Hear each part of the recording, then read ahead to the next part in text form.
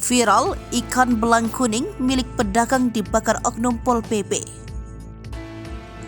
Cuplikan beberapa video viral di media sosial memperlihatkan aksi anggota Pol PP membakar ikan milik para pedagang di Kabupaten Alor menjelang Kunker Gubernur NTT Victor Bungtilo Laiskodat.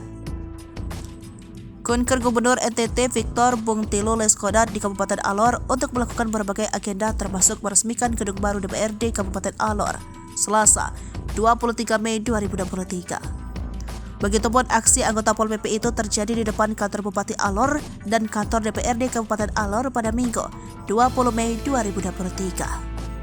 Terlihat anggota Pol PP mengambil paksa ikan para pedagang dan membakarnya meskipun mendapat protes keras dari para pedagang. Ikan yang dibakar anggota Pol PP itu yakni ikan belang kuning dan serea yang harganya cukup mahal di Kabupaten Alor.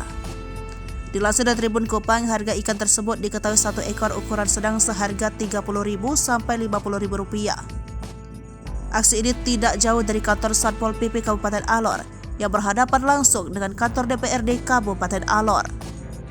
Salah satu pedagang sempat bergumam kepada petugas untuk tidak dibakar. Meskipun mendapat protes dari para pedagang dan mengancam akan melaporkan ke Bupati Alor.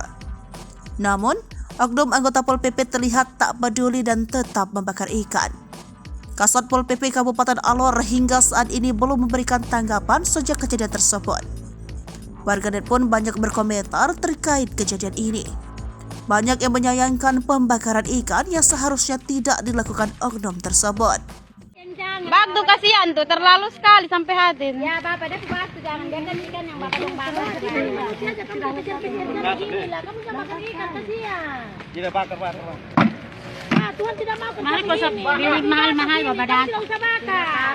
Jangan, Mama. Tidak usah.